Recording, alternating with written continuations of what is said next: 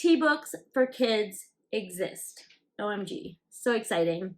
I'm gonna talk about 3 books, kids books that I read. I have 3 more that I really wanted to get done, but I ran out of time and I have to return these books back to the library before they ban me. Luckily, where I live, they don't have fees, but I always feel bad keeping the books, especially if someone's waiting for them. So we're gonna do Tea Time story by Beth Ferry, pictures by Dana Wolfcoat.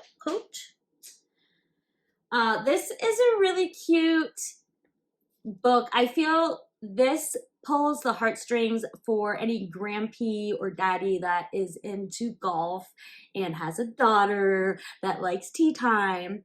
So the confusion in this book is that she thinks they're going to tea time, like drinking tea, and his tea time is golf.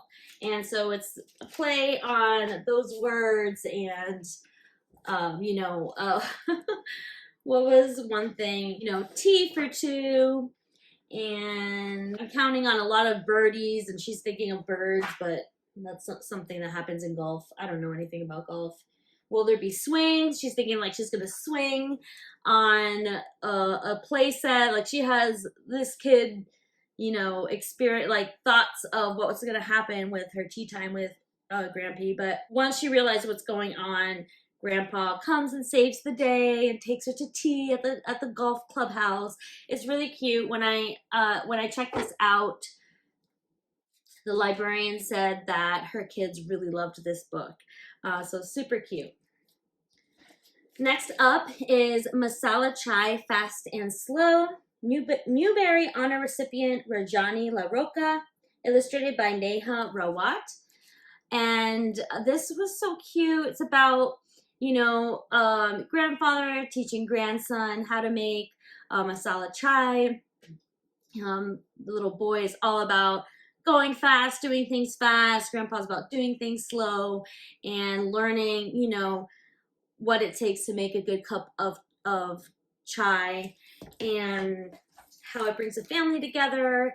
The illustrations are just so beautiful.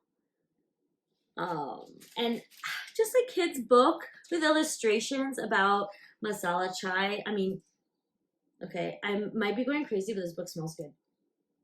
Maybe it's me. Oh, it's me. I smell good, everybody. Yeah, I highly recommend this book if you are in that phase of life reading stories to your little ones. This book was so stinking cute. And then, this is why I love kids' books. What do you have in the back of the book is one of these authors' grandparents' recipe for masala chai. This is, I'm telling you, kids' books is where the treasures are. So I actually, before I return this, I need to note the book that these are, because at some point, I can't right now. I need to unhaul books because I have too many books for the size of where we live. And if I'm going to start buying tea books, I need to get rid of some stuff. So, but I definitely want to add this to the library. For me, having a home library means I have books for all ages, because if I have a friend that comes over that has a toddler or a 5, 6, 7, 8-year-old like that, I have books available to anyone. It doesn't have to mean all my books. I have a lot of those kinds of books, but I just love the idea that I can, sit next to some kid that wants to read about chai, because my kids, my daughters will probably sit down and listen to this, and maybe my 10-year-old won't admit that she liked it, but my 8-year-old would. But we're kind of coming out of picture books. We've been doing chapter books and audiobooks for a while now, but this was so sweet. Okay, this one was a little bit heftier for a kid's book. It's Asian Arts and Crafts for Creative Kids, Tea Ceremony. Explore the unique Japanese tradition of sharing tea by Shozo Sato. I don't know why do I have these things marked? I forget. Oh, I think just for me to learn.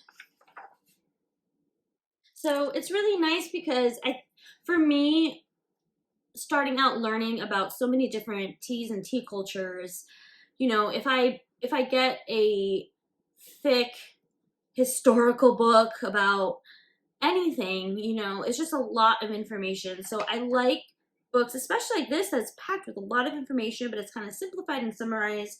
I really love this. It has really nice pictures of everything that they're talking about. And now I see Instagram videos of Japanese tea ceremony, and I know what they're doing or why they're doing it, where I didn't know before.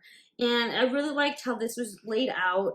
The work that this author does, she actually does it with some kids out in California. And I think there's a tea room associated that I think she's associated with. But this was great. This was super educational, lots of illustrations. And again, this is something I would totally want to have in my tea library. Y'all, one day I'm going to have a tea tasting room. Maybe it's a greenhouse by the garden. And I'm going to have a library, and it's going to have fire will be involved somewhere. And I'm going to have those little charcoal things that you can make tea with, like the charcoal stoves, because and these are the books that will be in my library. Yeah, and then they talk about different Japanese teas, and yeah, so if you have older kids that I would say this would be good for like 7, 8 years old. You could do it younger. You would just have to read a little section at a time, is what I think. But I'm not even a kid, and this was really useful for me. So that is the stack here, these 3 books. Have you read any of these books? Do you have a child that's into tea? I'm going to show you the books that are coming up in the next review. Luli and the Language of Tea. I mean, come on, y'all. This book exists. Can't wait.